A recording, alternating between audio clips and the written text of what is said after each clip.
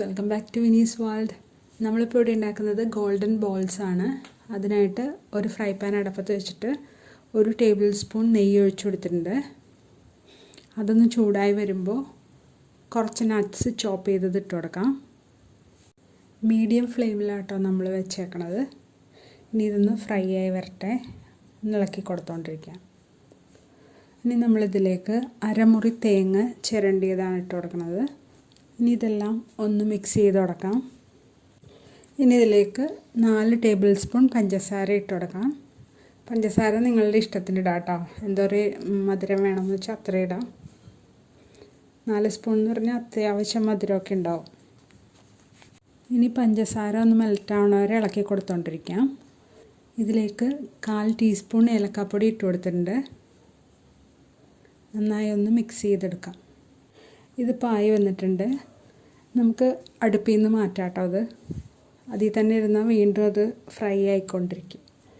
ഇത് 3/4 കിലോ പഴം പുഴുങ്ങിയെടുത്തേക്കാണ്. അതിനൊന്ന് പൊടിച്ചെടുക്കാം.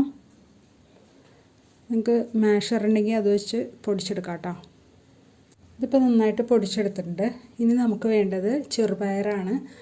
1/2 കപ്പ് ചെറുപയർ വേവിച്ചെടുത്തതാണ്, ഉപ്പിടാതെ വേവിച്ചെടുത്തതാണ് കേട്ടോ.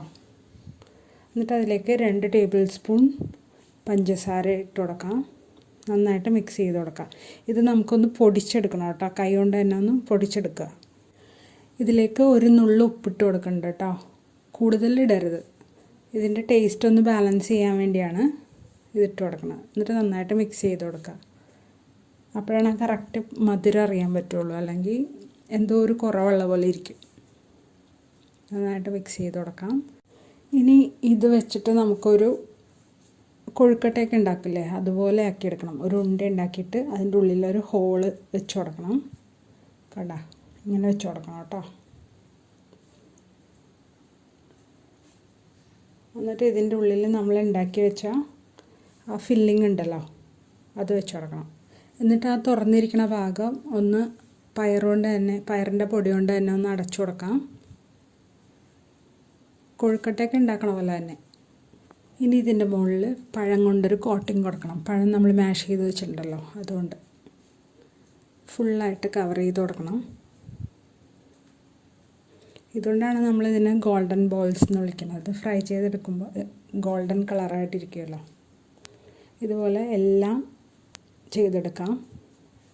ഇനി ഒരു ഫ്രൈ പാൻ അടുപ്പത്ത് വെച്ചിട്ട് എണ്ണ ഒഴിച്ചു കൊടുത്തിട്ടുണ്ട്. വെളിച്ചെണ്ണ തന്നെയാണ് ഒഴിച്ചു കൊടുത്തേക്കണം കേട്ടോ. എണ്ണ ചൂടായി വരുമ്പോൾ ആ ബോൾസ് ഇട്ടിട്ട് ഫ്രൈ ചെയ്തെടുക്കാം. ഒരു സൈഡായി വരുമ്പോൾ അപ്പുറത്തെ സൈഡ് മറിച്ചിട്ട് കൊടുക്കാം കേട്ടോ.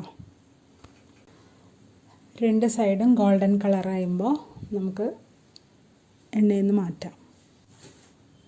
അടുത്ത സെറ്റ് ഇതുപോലെ തന്നെ വറുത്തെടുക്കാം. ഇപ്പോൾ എല്ലാം നമ്മൾ വറുത്ത് കോരിയിട്ടുണ്ട്. ഇത് എല്ലാവർക്കും ഇഷ്ടമായി എന്ന് വിചാരിക്കുന്നു. ഇഷ്ടമെങ്കിൽ ലൈക്ക് ചെയ്യാനും കമൻറ്റ് ചെയ്യാനും ഷെയർ ചെയ്യാനും മറക്കല്ലേ. സബ്സ്ക്രൈബ് ചെയ്ത് ബെൽ ബട്ടണും കൂടി എനേബിൾ ചെയ്യണേ. Thanks for watching.